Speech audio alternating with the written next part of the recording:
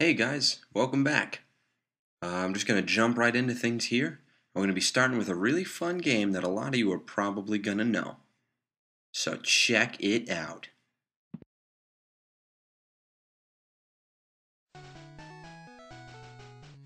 That's right, everyone's fond childhood memory and a current battle for some, Pokemon. When this title first emerged on the Game Boy in the 90s, man oh man, that was an experience. It caught on in a flash, that Monster Mash. Alright, now before you start busting my chops for quoting the song, Pokemon does technically mean pocket monsters, so haha, I'm right, it was a Monster Mash, just pocket monsters. Anyways, the music in this game is a lot deeper than people might think. I mean, looking at just themes, there's a plethora of them. There's this opening cutscene theme, which you're hearing right now. Give you a second there. A theme for when the player is in his or her own house, a theme for when the player is traveling down Route 26 or any other route for that matter, etc., etc. Every gym has its own theme, every general area has its own theme, each town, each large-scale path, etc. The transition to a battle has the same theme every time, the chromatic descending riff, I guess that's ascending, which leads into the main battle theme, dun dun dun dun dun dun dun dun, etc. I'm not going to sing it for you, I'm not a singer. But I play one on TV. I could go into so much detail about these themes, I don't have time. This video would be hours. Flying on a Pokemon has its own theme, which overrides the theme of whatever area the player's in, as well as being on a bike does the same thing, surfing on a Pokemon does the same thing, etc. These themes are crafted to reflect the action the player has, i.e., flying is a higher-up theme that's very airy, swimming has a lot of quick-moving, bubbly-styled passages, etc. Things like that. These themes are incredibly effective at conveying the mood of an action, an area, like Lavender Town's theme inspired horror stories. It's a creepy freaking thing, and those stories give me nightmares. And the game itself, cutscenes like the one in the beginning, etc. So listen right here. It's because he's just in a certain area. Now, as far as motifs go, there's a lot to say here as well. The Game Boy was a handheld system, and as such, at the time, at least, that meant its technology, sound-wise, was fairly limited. A lot of the sounds that are supposed to be just sound effects had to be musically based, just like in the original Super Mario Bros. For the Nintendo, and for the same reason as well, just technology wasn't quite developed.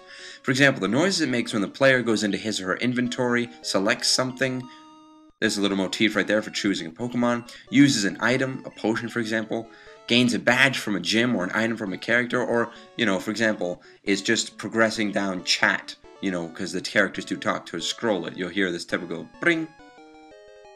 And there's another motif, that's great. Hold on. Let's see. Good, of course, when I need it to happen. There, you see that? Pring. Yeah, that's the one. Those, etc. Those little things all have their own short motifs that are completely musical. Here's the battle theme. There you go. These little motifs, those make the mechanical objects in the game, the Pokedex, for example, or, the Poké Center, or the inventory screen sound computerized, as they're supposed to sound. There are so many themes and motifs in this game I just don't have time to talk about. And it's almost criminal. But that's life. That's it. Shakespeare. Before I forget, a final note before I wrap this segment up. The Pokemon cries, their noises, the noises they make, those are all musical, completely musically based. And the moves they do are also musically based, as you can hear. You could notate them if you really wanted to.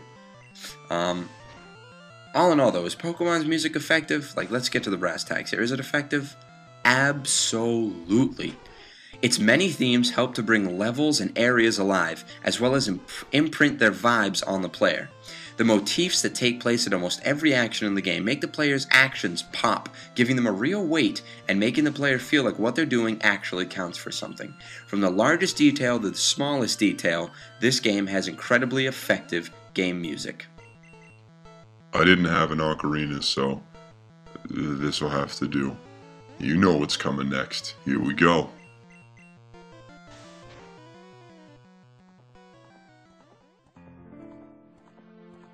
Legend of Zelda.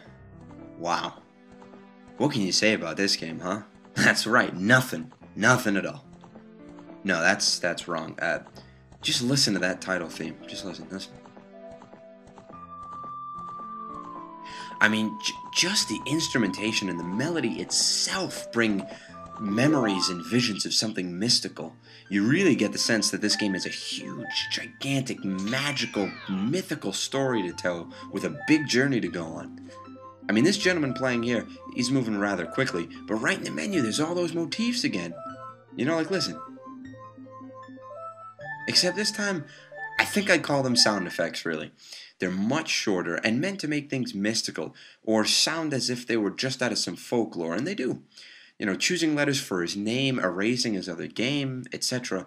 All are accompanied by short musical segments that aren't just noise, they're really music.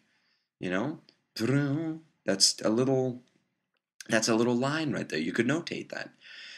You know, and the Nintendo 64 was capable of handling much more, technologically speaking, than its predecessors. As a result, games took on both a new appearance and a sound, in many ways. They were now capable of a wide variety of noises and of musical elements, making things sound more realistic and look that way. I mean, it's a long way off from where we are now, but still. In Legend of Zelda Ocarina of Time, for example, the lowering of a drawbridge and the horse neigh, whinnying, sound like the lowering of a drawbridge and a horse whinnying, not somebody on a keyboard playing a bunch of descending patterns. Thunder, rain. You know, there's a theme right there for the evil Ganondorf, but that comes back. Even so, the producers of Legend of Zelda wanted there to be a sense of mystery and majesty to the game, so they kept in the musical sound effects style of their predecessors, to some degree. You know, so the short motifs, like when Mario picks up a coin, you could say when this guy picks a letter for his name, or when Mario jumps is similar to when this guy uses a potion or progresses through the menus, etc. You know, the motifs for when the player picks up health or regenerates health at a fairy fountain, or catches a fairy, gets an item, opens a treasure chest, very memorable motif, we all know that one. And so many more, it's impossible to count them all. The themes, on the other hand, are vast and expansive. Each area, Hyrule Field, Kokiri Forest, inside the Great Deku Tree, Deku, etc., all have separate themes, and each boss has a newly composed theme for just itself. Wow, that's a lot of music, and we haven't even had the most important part, but before we get there, other games have had bosses, themes that are specific to themselves, like Castlevania, for example, or Mega Man. Those have their own boss themes. No, Castlevania didn't. Mega Man, yeah, you know what? Neither of those games did. What am I saying? Yeah, no, having a boss theme that's composed uniquely for each boss, while it may have been done before, Legend of Zelda really brought it into the foreground. Anyways, this game's called the Ocarina of Time, right? So what do you think the most important part is? The ocarina itself. Something required to beat the game, make certain events happen, unlock secrets, etc. You know? It uses music that the player actually is in charge of playing. It's not just one button and it happens. The player has to push a certain combination of buttons while the ocarina is being used. Excuse me. Now, the player can't just compose their own little motifs. You know, that's be way ahead of the time. But they do have a nice little spell book of sorts, a songbook in their inventory, where they can keep track of the songs they've learned. You know, using music to further a game's plot, action, story, etc. is brilliant, and is used to superb effect in Law's Oot, otherwise known as Legend of Zelda Ocarina of Time. Without a doubt, this title's game music is most likely some of the most effective and best game music ever written. Its simplistic melodies on the ocarina have inspired entire arrangements to be created, all the way up until today, and I'm sure for many years to come. Its short motifs, used during small actions, help bring the player's choices and actions to life. And, of course, the main themes that take place during cutscenes, when certain main characters are presented, or when the player is just in a certain area, all help this game to feel more like an interactive movie more than anything else. I wish we could just watch this game for hours, but we can't. Regardless, What an incredible amount of game music. Really, some of the best quality out there. Since I doubt I'm going to be able to squeeze everything else I want to say, which is 2 more games, into 5 minutes, I'm going to go ahead and say you should click on this annotation here, and I'm pointing at the screen, pointing in the top left, to go to the 3rd video. Well, the 3rd part of this video, I guess you could say. See you there, I hope.